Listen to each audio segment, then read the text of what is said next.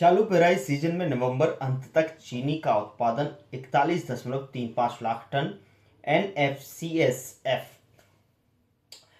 नमस्कार, मैं हूं आपके साथ गौरव राजेंद्र। चलिए शो की शुरुआत करते हैं। 1 अक्टूबर 2025 से शुरू हुए चालू पेराई सीजन अक्टूबर 25 से सितंबर 2026 में नवंबर अंत तक चीनी का उत्पादन 50% बढ़कर 41.35 लाख टन हो चुका है, जबकि पिछले पेराई सीजन की समान अवधि में इसका उत्पादन केवल 27.60 लाख टन का ही हुआ था। बता दें कि national federation of corporative sugar factories limited यानी एनएफसीएसएफ द्वारा जारी आंकड़ों के अनुसार चालू पेराई सीजन में 30 नवंबर 2025 तक 486 लाख टन गन्ने की पेराई हो चुकी है, जबकि पिछले पेराई सीजन में इस दौरान केवल 334 लाख टन गन्ने की पेराई हो ही पाई थी। नवंबर के आखिरी तक औसत चीनी की रिकवरी 8.51% की बैठ रही है, जबकि पिछले साल इसी तारीख को यह 8.27% का दर्ज की गई थी। National federation of corporative sugar factories limited यानी एनएफसीएसएफ द्वारा जारी आंकड़ों के अनुसार चालू पेराई सीजन में 30 नवंबर 2025 तक 486 लाख टन गन्ने की पेराई हो चुकी है, जबकि पिछले पेराई सीजन में इस दौरान केवल 334 लाख टन गन्ने की पेराई ही हो पाई थी। नवंबर के आखिर तक औसत चीनी की रिकवरी 8.51% की बैठ रही है, जबकि पिछले साल इसी तरह तारीख को यह 8.27% की दर्ज की गई थी। महाराष्ट्र और कर्नाटक के कुछ इलाकों में को छोड़कर जहां किसानों का आंदोलन चल रहा है, गन्ना पेराई का काम अभी पूरे देश में जोरों पर है।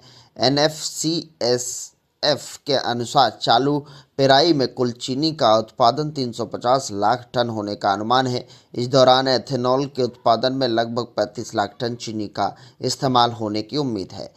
चालू पेराई सीजन में कुल 315 लाख टन चीनी का उत्पादन। प्रमुख उत्पादक राज्य महाराष्ट्र में चालू पेराई सीजन में 110 लाख टन, उत्तर प्रदेश में 105 लाख टन, कर्नाटक में 55 लाख टन, गुजरात में 8 लाख टन चीनी के उत्पादन का अनुमान है।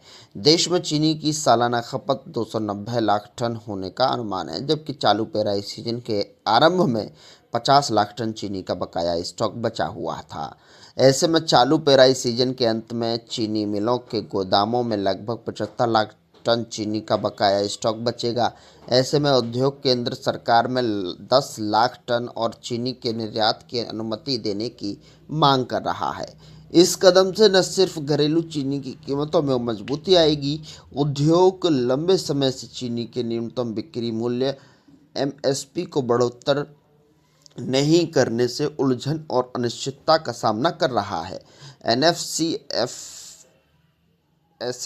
ने एक रिलीज में कहा कि चीनी न्यूनतम बिक्री मूल्य बढ़कर 41 रुपये प्रति किलो करने की ज़रूरत है।